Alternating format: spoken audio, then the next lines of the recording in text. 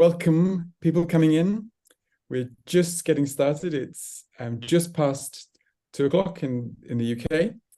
My name is David Mills. It's very nice to welcome you to CGHE webinar 370. And this afternoon, it's a great honor to be introducing Dongmei from University of Melbourne, Faculty of Arts. Dongmei is going to be talking about staff internationalization, how international is international, reflecting on a project that she's been involved in University of Melbourne. So really looking forward to that. Before I hand over to her, a few announcements just to remind you. We are recording this webinar and we'll post it online with slides and the transcript as soon as we can. We would ask that you keep yourself muted while you listen to this seminar, and you can obviously put your video on if you want to, but there's no need. We recommend using speaker view, top right-hand corner, so you can watch. And during the webinar, please just put a question, if you have a question or a comment, in the chat function. And when Dongmei is finished speaking, I'll invite you to come forward to turn your video on and to ask a question. So feel free to join in, and everyone is always welcome to post questions and join the conversation. With no further ado, I'm going to hand back to Dongmei, and she is going to talk about how international is international. The webinar is all yours. Thank you, David. I'm going to start sharing my slides now. So does it look, can you see the slide, the title slide? That's perfect, looks beautiful, thank you. Thank you. Thank you all to be here today, and it is my utter delight to share some of my research and teaching and learning reflection with you all. And thank you, Simon, David, and CGHE for this prestigious opportunity to be here. I've been looking forward to today for quite a while, and I've been doing some preparations. And if you have any questions, please feel free to leave at the chat, and then I'll try to leave as much time as possible for us to discuss, because I'm really looking forward to hearing what you think and what you see and what you do in your context as well.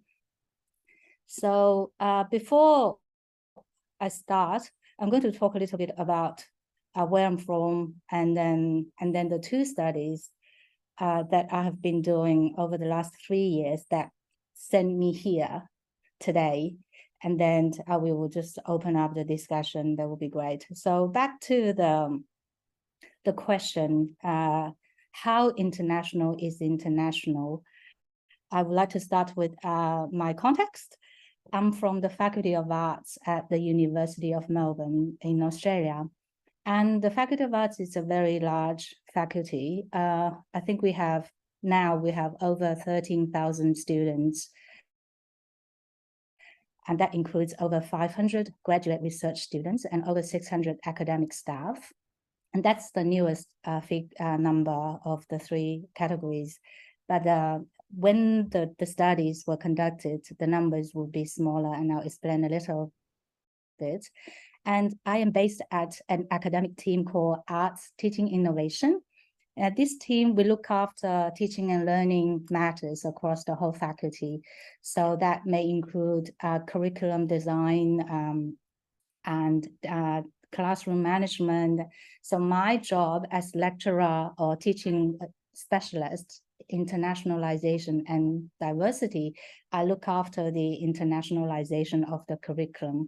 That may involve helping academics in their curriculum development or even student management, and also matters that are related to international students, such as academic integrity or helping students getting adjusted to the new academic convention and the new culture at the Faculty of Arts.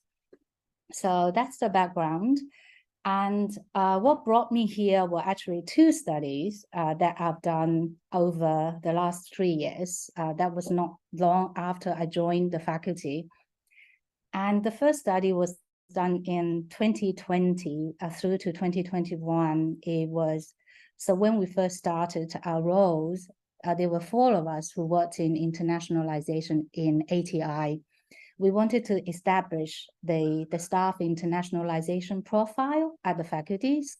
So we did this study. It was mostly quantitative. So I'll do more introduction about the study itself after I talk to you about the second study. The second study was more recent. It was we're trying to understand what internationalization of a curriculum means in the subject we taught in, and so it was more from a micro level or individual level from the academic staff's perspectives compared to the first studies. The first study was more on a meso level or departmental level. So the questions were more organizational rather than individual. And so a little bit more about the first study.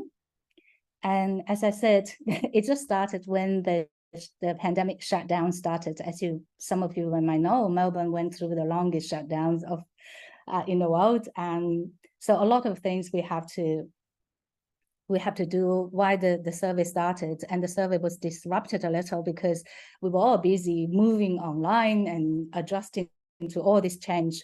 But so we did have 211 survey responses, and the academic staff members then was a bit around 450. So the responses were okay.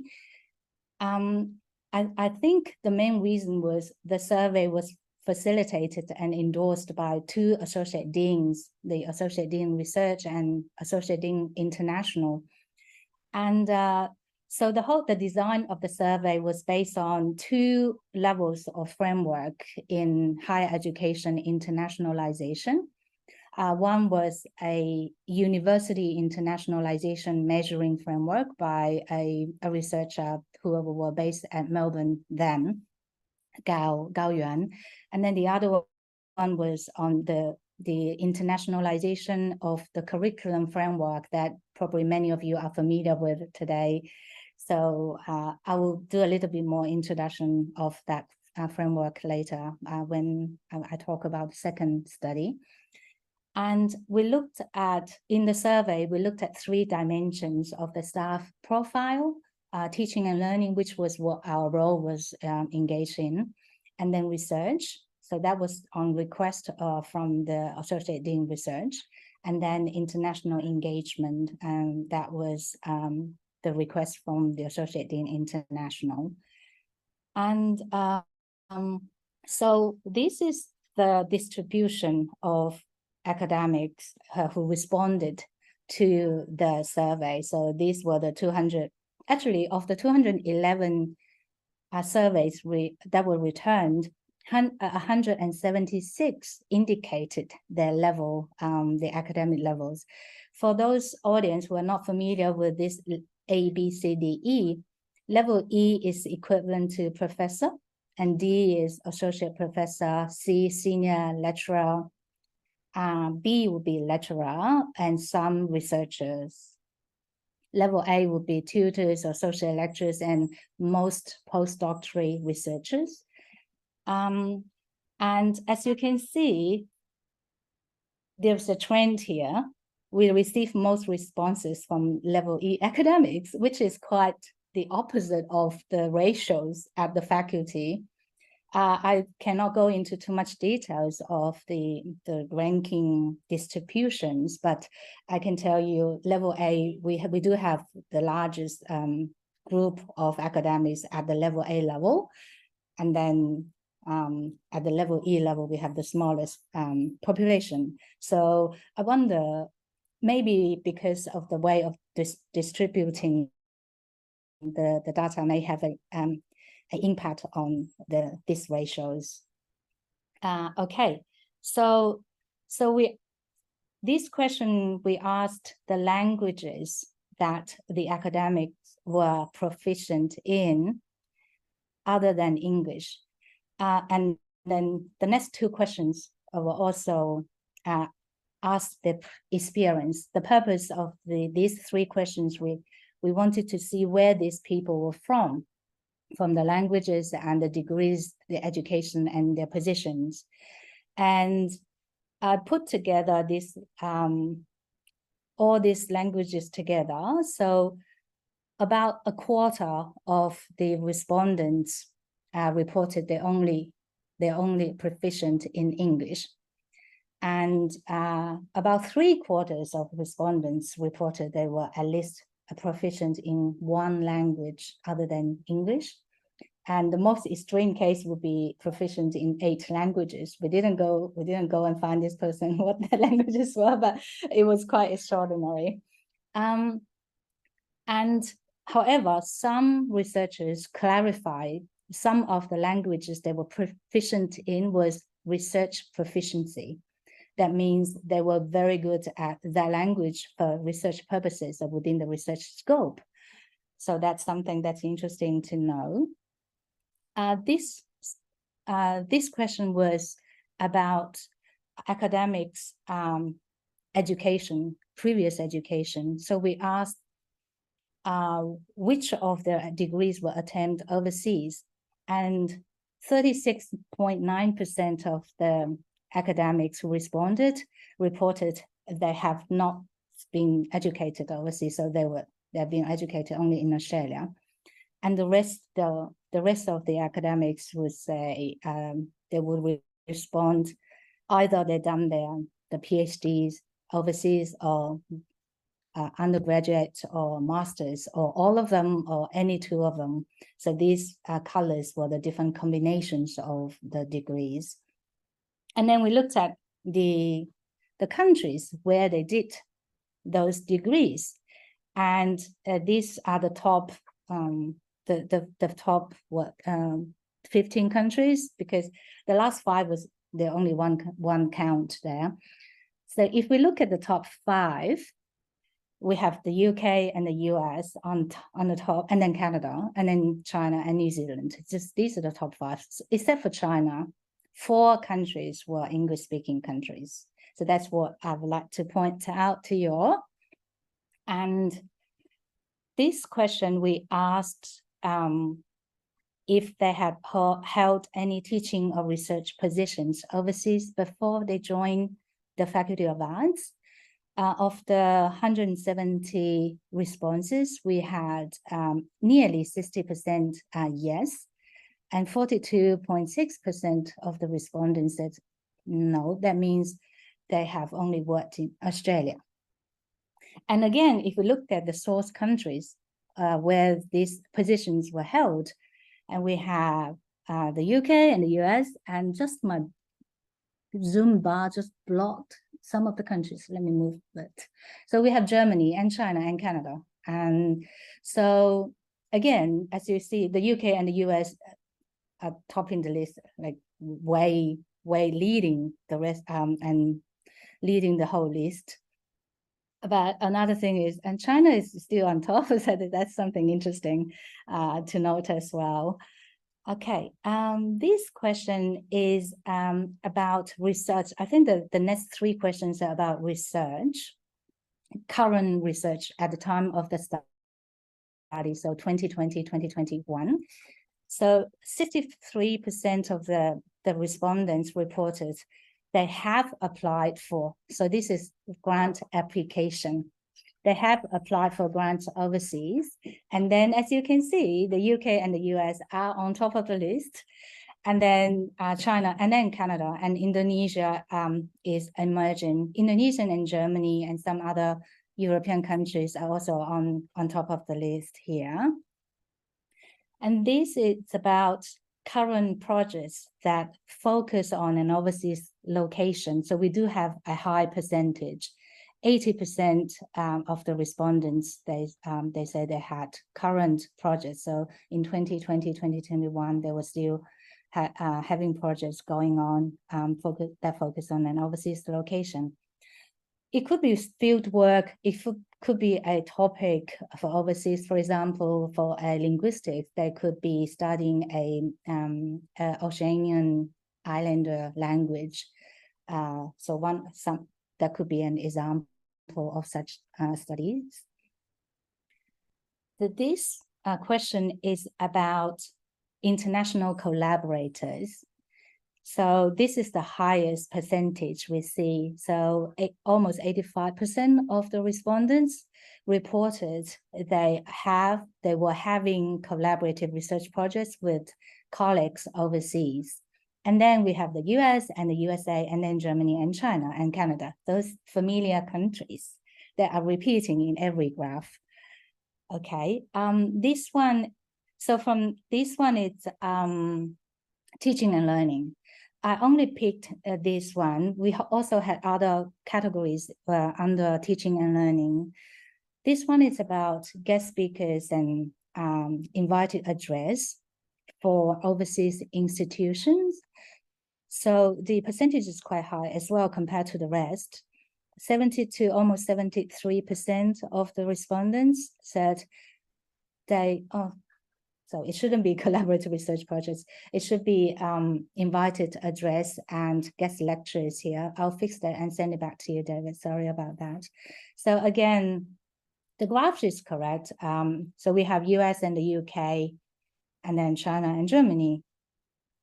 Right. So this is quite a unique one. These are we're asking people's experience or the current experience who are on editorial board overseas. And we have US, the UK, Italy, Russia, Netherlands. We don't have China, but US and the UK are still leading.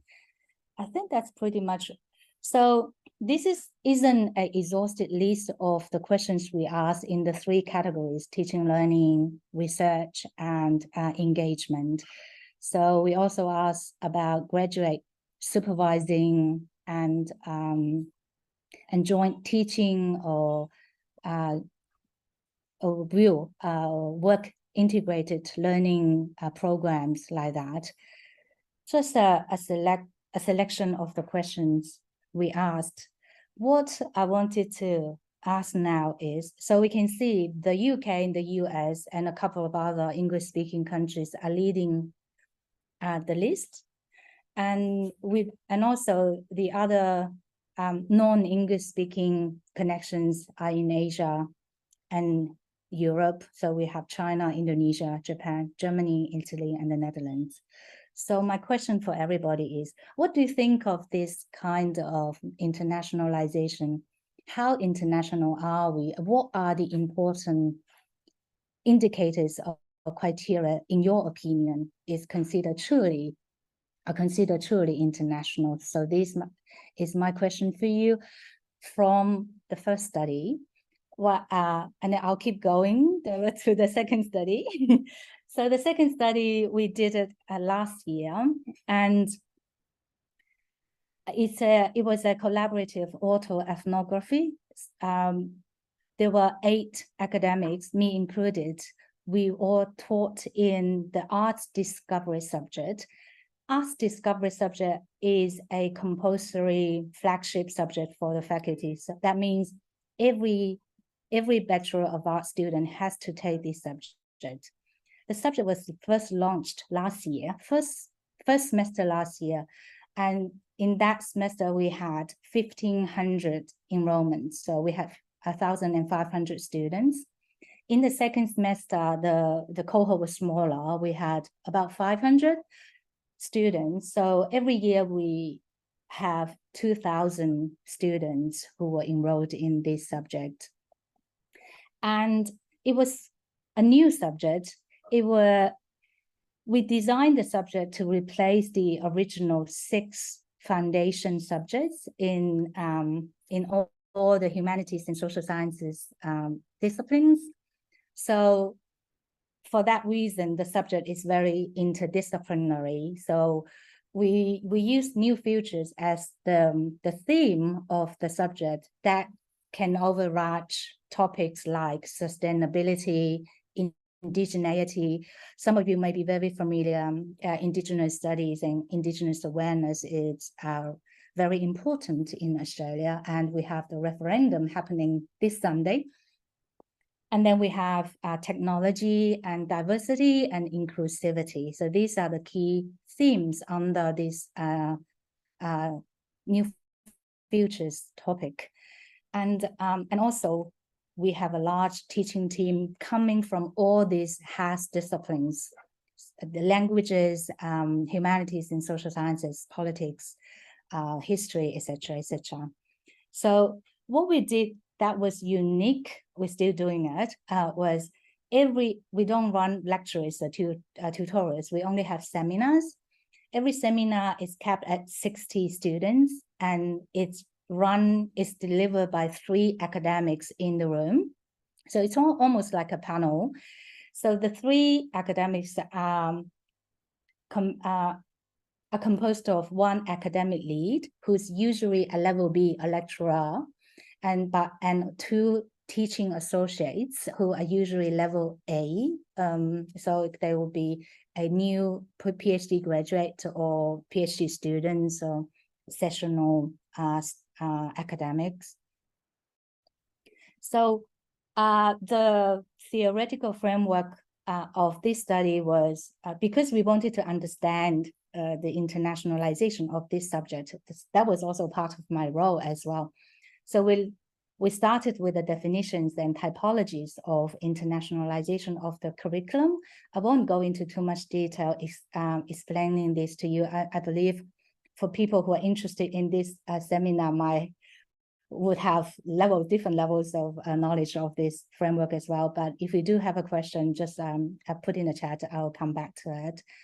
And also at the University of Melbourne, we also have a local guiding typology of IOC. That includes 4 types of curricula. One is a curricula that involve international content, and the second one is a curricula that are broadened by internationally comparative approaches. And the third type were curricula that include interaction for learning between diverse groups of students. And the last type were curricula with lots of experiential learning opportunities within the community, the country, and internationally. So we started our reflections as a autoethnography study. We reflected on our experience, and we believe we did have the context to do that because we share the same curriculum. We taught in different groups of students. We came from different disciplines. So we reflect on that. And naturally, our reflection were intercepted with our backgrounds, academic backgrounds, and our lived experiences. And what we found is when the reflection soon started away from the existing typologies, we realized many of these typologies, they gave a good starting point for us to reflect on our teaching practice, but they couldn't encompass what we did. And these 3 points were the themes that kept emerging from our reflection. And we thought, and also that's half of the reason I would like to share with you as well today. So I call it the emerging themes of internationalization of the curriculum at the micro level. The first one was, this one wasn't really new because Betty Lees in her new framework did discuss that different disciplines do have different interpretation of the concept. But what we found is the emerging paradigm in each discipline that also has an impact on how we understood the concept. So the driving philosophy that was coming to inform the disciplines had an impact on our practice and our understanding of internationalization of the curriculum.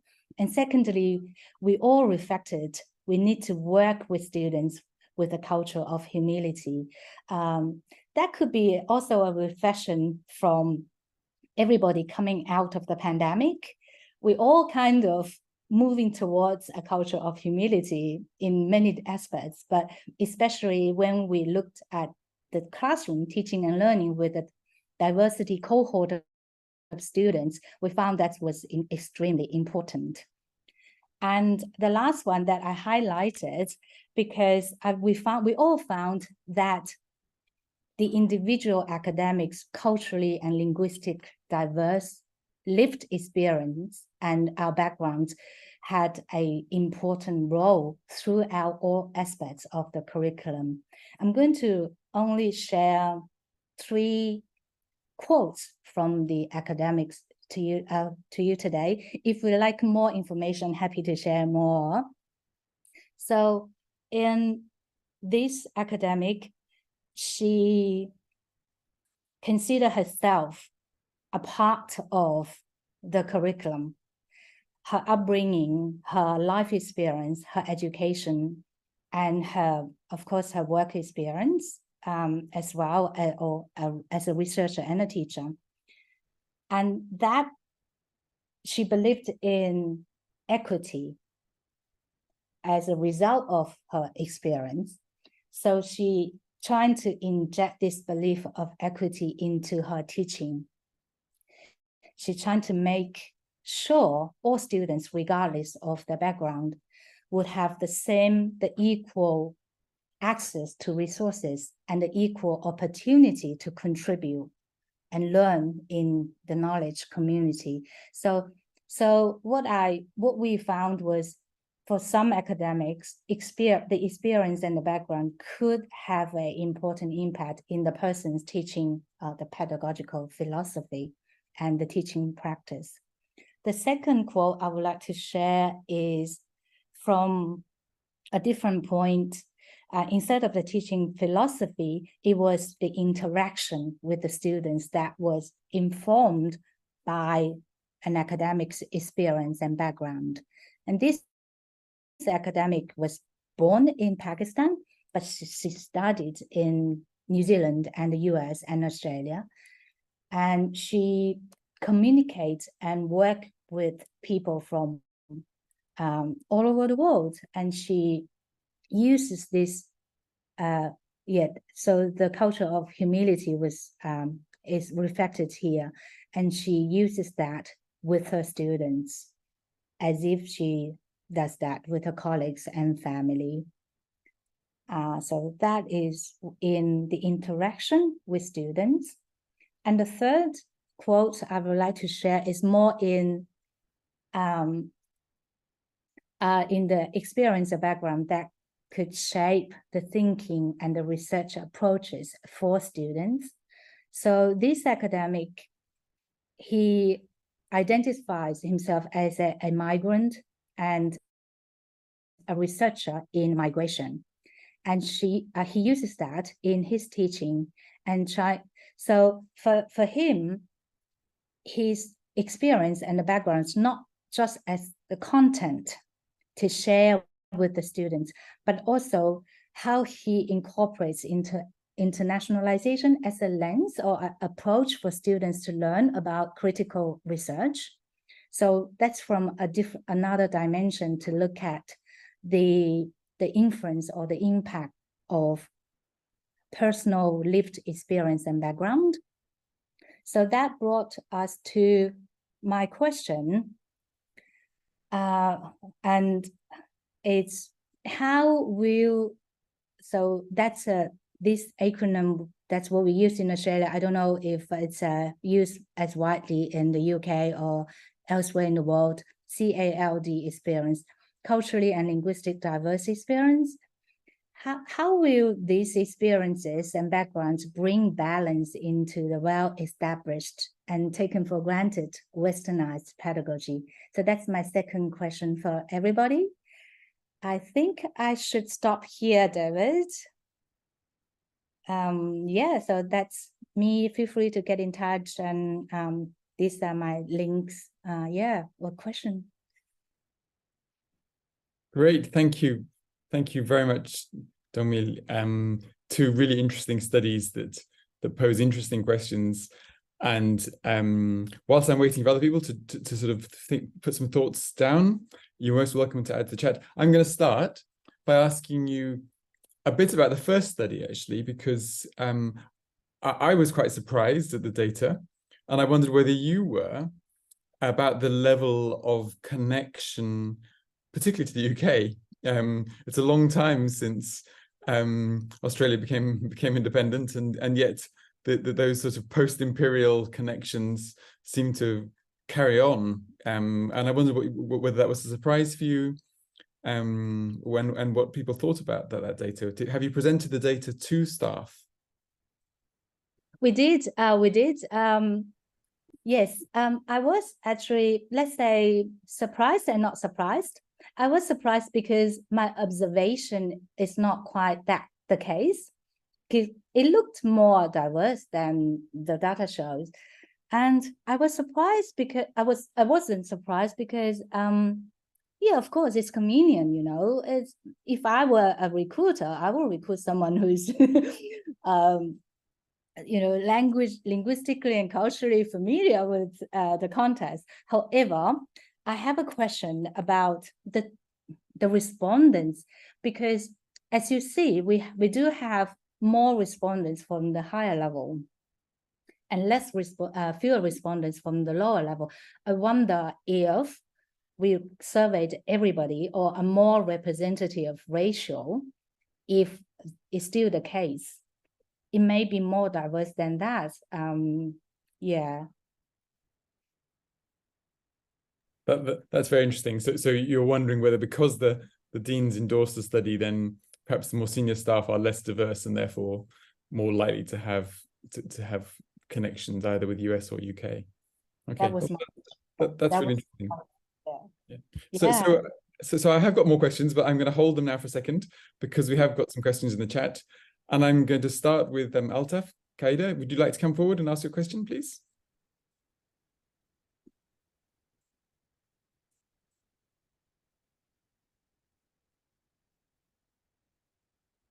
Altaf, would you like to ask, or shall I? Is there not really a question there? Is it more of a comment? You raised the question of how to measure multilingualism, and then you put a link as well. Okay, so if there's no question that you want to ask, Altaf, let's go on to Becky. Becky, please come forward. Hi. Yeah, thank you so much for a really interesting talk. It was really thought-provoking. And I was just toying with the idea of language, as I put in the chat. I work in Sweden, and when it's highly international. Both our staff and students are highly international, but very few have English as their L1, which is very different to your scenario here, where you have such a high percentage from English-speaking countries. And I look myself at a lot of intercultural group work, and I've seen that there's a lot more willingness maybe to understand each other's Englishes when nobody shares it as their first language. There's a higher degree of tolerance and I would say humility in just dealing with a language situation. So I just wondered if you had any reflections on that. Interesting. Yes, that's right. At the faculty, within the academic community, we do have a very good culture of humility, cross-cultural humility as well, because we do have a very diverse student cohort from China, India, Nepal, and South America as well. And however, we also realize, even among the students, that level of humility, it needs to be improved a little bit more. It's very interesting because even among the academics, we know that, but in the actual teaching practice, it's really hard because we find that a lot of students who struggle are international students. It's very hard to encourage them it takes a lot of practice and design of the curriculum to bring their contribution in. So we still quite often it's just too easy to go back to the traditional mindset saying, yes, the Asian international students have come to Australia to learn the more advanced education. So, so automatically the students are put in an inferior position. As much as the academics realize or embrace the culture of humility, in actual practice, it's really hard. I wonder if that answers your question, Becky. Yeah, and just a quick comment that these power structures, of course, of who are insiders, who are outsiders, there are many things that contribute to that, both language and other things, knowing how the system works and so on, which put incoming students at a disadvantage sometimes. And I think if we can accentuate what people bring with them, just as you're saying, that really is very helpful. Yeah, indeed, that would be my ideal classroom. Because thank you, Becky, that's really interesting. And one of the challenges here is the humility.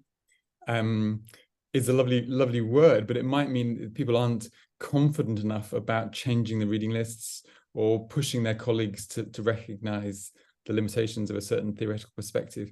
Sometimes you have to be perhaps a bit confident to actually, implement a much more decolonial curriculum that undermines or questions or subverts a disciplinary paradigm. So I mean, I think that's interesting, because I mean, I think humility is one way of thinking about it, but it might be that there are other things the other skills you might need to have in order to change existing approaches and pedagogies. You're right, David. Confidence and also competence, capacity as well. Pragmatically, the program does not have the capacity to be diverse and inclusive enough. For example, when you mentioned the reading list, we need to know the reading list in other languages in the outside the English domain to provide it to the students. And not every program has a diverse team to be capable of doing that. So we did have a discussion like this, and so if someone raised, oh, could we add some East Asian materials, and then another response is, oh, then does it mean we should add some Danish reading material and some Spanish ones, and all the other languages to be truly equal? Yeah. Those sorts of arguments seem problematic to me, when actually it might be that it all depends on the context and what material you're teaching, and it's about thinking about who's contributing usefully to that debate rather than symbolic sort of additionality. Anyway, this is great. Let's go on and hear from Simon Gray. Would you like to ask a question about equity? Yes, thank you very much. So you've actually been touching on my question a little bit. I'm curious to know how you go about achieving equity in the classroom, particularly if you don't have a very diverse faculty. And then more broadly, how you achieve equity across the totality of the student's experience, curricular and co-curricular. So I understand the concept. I understand sort of what needs to be done. I'm also wondering to what degree there needs to be sort of faculty development to help faculty think about what the issues are and how to address them. Thanks, Simon. The first question, I could use the Ask Discovery subject as an example to show that we are trying to achieve. Whether how successful that is, we still haven't found out, because this is only the third semester of the subject.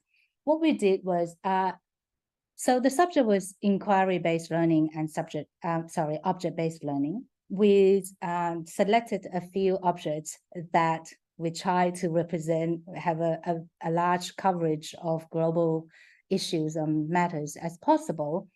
And the students got to choose an object and design a research question around the object. So they have the ownership of what question they wanted to research on. So when they identify a research question, they get to they can decide the context of the research question, and then they design a research project and present research outcomes. So that's the main assignment of that subject. And to some degree, the students gets to take a lot of autonomy and agency to decide where they want to take the research and what topic or what thematic background they want to study that project in. So that kind of bringing a little bit of equity. So for example, a student could look at comparative analysis between two countries outside Australia. So they get to choose that. So in this way, the assessment is less Western central or less Australian central. So that's from the classroom level. But as for your second question, so at the university level, that also includes the co-curriculum. I'll step back. So my role was created to work towards that kind of equity at the classroom level. And at the university, not every faculty has a team that looks after curriculum development or that looks after internationalization of the curriculum. So I would say at the university, what's happening in the classroom or what's happening to the subjects are still in an ad hoc manner. I wonder if that makes sense, because we do have, some of you may be aware, we do have the Center for the Study of Higher Education at the University of Melbourne, and internationalization of the curriculum is one of the biggest topics of that team. However, quite often it's up to the academics or the course coordinators' decision how much or whether or not to embed the elements into their subject development. So to answer your question, I don't have a direct answer to the second question, but I do have some knowledge of the co-curricular activities. And I would say Melbourne Uni has done quite well in terms of embracing multiculturalism on campus, and because we are set in a very multicultural city.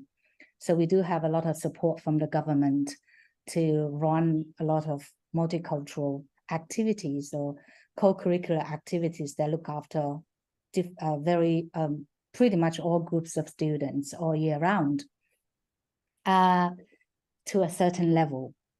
I was just writing an article about safe space for international students the other day. And one of our students, she was from Malaysia. She was talking about how embarrassed she was when she had to do her prayer in the library with people walking around and wash her feet in the disability toilet, leaving the whole floor wet. So we've done some things very well, but there's a huge space to achieve. I wonder if that answers. And what's your observation, Simon? Well, in the conversations that I've had, I mean, if you really want to do this well, it requires an institutional obligation to the principal, backed up by resources to make it possible, to support faculty and staff in sort of changing how they think and then what their processes are and how they interact with students. So it's a big ask for an institution. Yes. And it's easier for some where there's already a fair bit of diversity on campus, more difficult for those that are more homogenous. So thank you for your answer. Thank you. Yes, you're right. It's a big ask for the institution, also a big ask from the individual academics. I have had some academics come in to see me saying, my students don't talk, what do I do? Or they have very low marks, what do I do? So that's easy. They come and talk to us. But there are academics saying, my course is fine. they are running well. I don't need to change. So that also happens as well. Yeah. I mean, it seems to me that so much of this is about academics recognizing that they are students and they want to remain students. They need to keep learning and thinking, and and want to question the assumption that these things are fixed. But anyway, I shouldn't opine here. I'm going to go straight on, and we have a question about assessment as well, which is about diversification assessment, which I think we also should talk about. Jennifer, would you like to ask you a question? Sure. It wasn't, I guess it was initially a comment, but just when we're talking about internationalizing the curriculum, and I'm not as familiar with the initial frameworks that you were talking about. I hear you talking about co-curricular activities and reading lists, but I'm also thinking about the way in which the classroom is organized, the expectations around group work and assumptions around that, but also the assessments and what types of assessments are valued and how international those representation of knowledge and knowledge building is done. Absolutely. Yes, thanks, Jennifer. I'll start with the assessments. As I was sharing with Simon, we're trying to make the assessment as accessible as possible, and trying to less focus on lengthy writing essays, which is the tradition of an arts subject.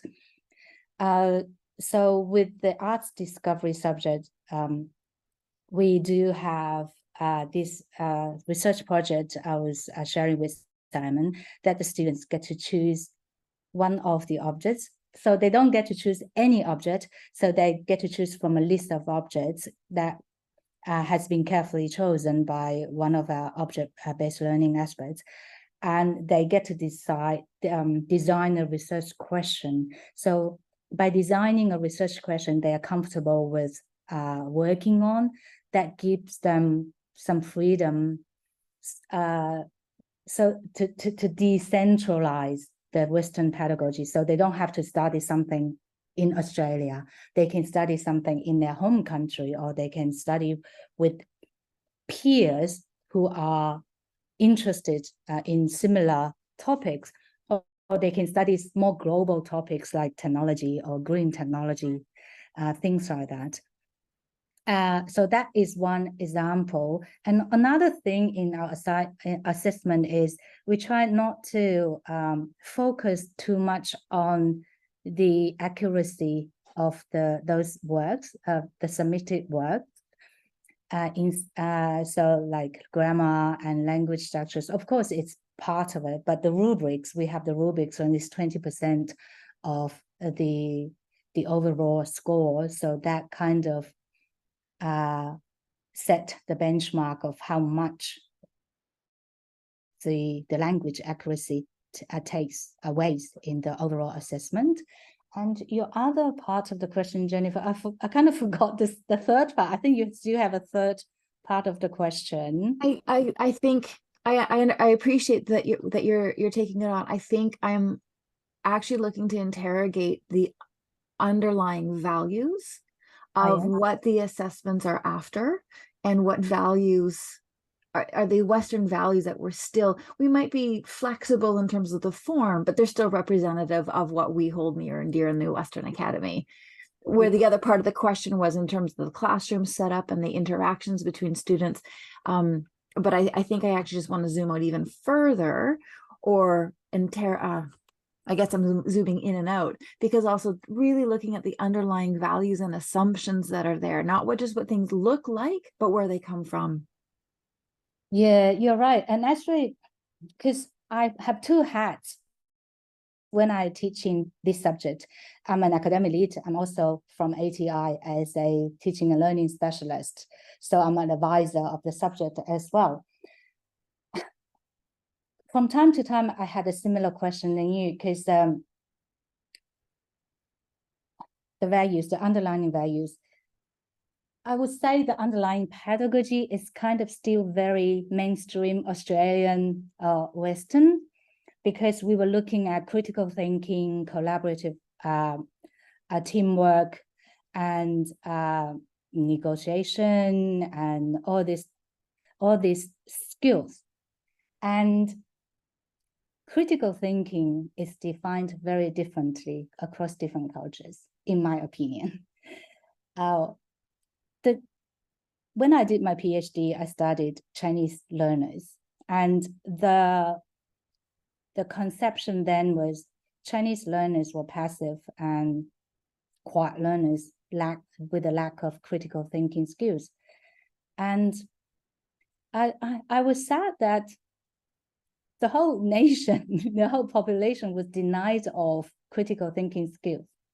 Maybe the Chinese style of critical thinking may look different, may have a different look from the Western belief of critical thinking. And so to answer your question simply, in a simple way, I would say the underlying values are still very much mainstream. I think the subject was still playing quite safe, but maybe a safe way is the way to go when they make changes. But that is beyond me, because we do have a head of, it's a faculty-wide subject, so the faculty will have to gauge the level of changes in that. And I'm not saying,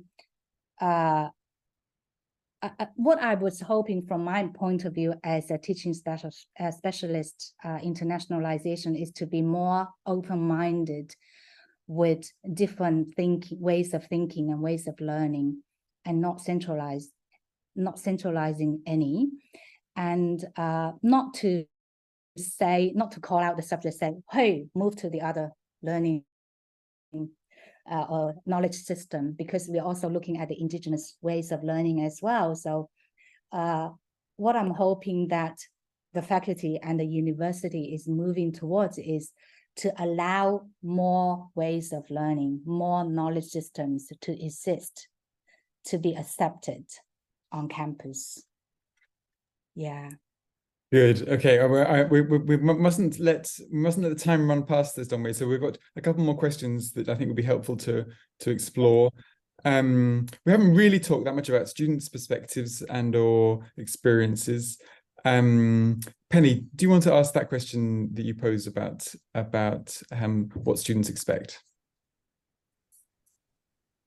Yes, please. I think your course sounds brilliant, and your approach to assessment, to assignments, I think is great. I can imagine that organising the whole thing is really demanding, a large staff team and big student numbers. And I'm sure that some problems arise. And I was wondering if you come across resistance from either home or international students. Yes, the answer is yes. Not having. Oh, sorry, Penny, you were breaking up. I lost your last question. Or me breaking up? No, I think it's me. Do you come across any resistance from students because you don't give lectures? Yes, a lot. The subject was rated very low in the first semester. It was encouraging, because it was so different from all the other traditional subjects. And a key theme from the student feedback on the delivery of that subject was, oh, we didn't have any content. We wanted the content. We wanted reading list. We wanted disciplinary content, not just an overarching topic. And let me do my research. I don't know what to do my research on. Teach me what citizenship means. So let's go back to the 6 foundation subjects, which was very significantly complaints about too. That's why we changed it. But yes, so the biggest complaint about the subject was, oh, it's too broad or too not substantial. I think that was the word, one of the words we received. But the students did appreciate group work. Good. Yeah. Thank you. That's a great question, Penny, because it's so often we need to think about students and their habitus, which is sort of expecting to be in a passive role, and actually some of this is challenging their roles within this as well. So yeah, really important. Yes. Connor, do you want to come in with your questions about the first study? Yes. Hi. Yeah, just I wonder, could you share some more reflections or your understanding of the data which you explained, because you were kind of talking a little bit about it and shared a couple of your feelings about it. I just wondered if you'd be able to expand on it a little more. You mentioned because more senior staff responded, there could be an imbalance, and I suppose one thing that I think about is with more junior staff, there could be more diversity, cultural or national diversity. Is there something limiting the way that they make connections? I mean, access to funding or ability or wherewithal to access funding, that kind of stuff would come into all manner of things. I just wonder what you thought about that. Yes, I think it would be a really useful follow-up study to look at early career researchers' backgrounds and their mobility.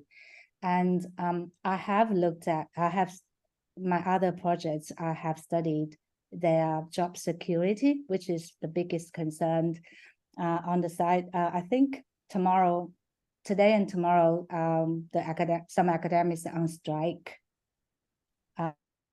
on job security. For quite a few years, the majority of the teaching duties were on sessional academics.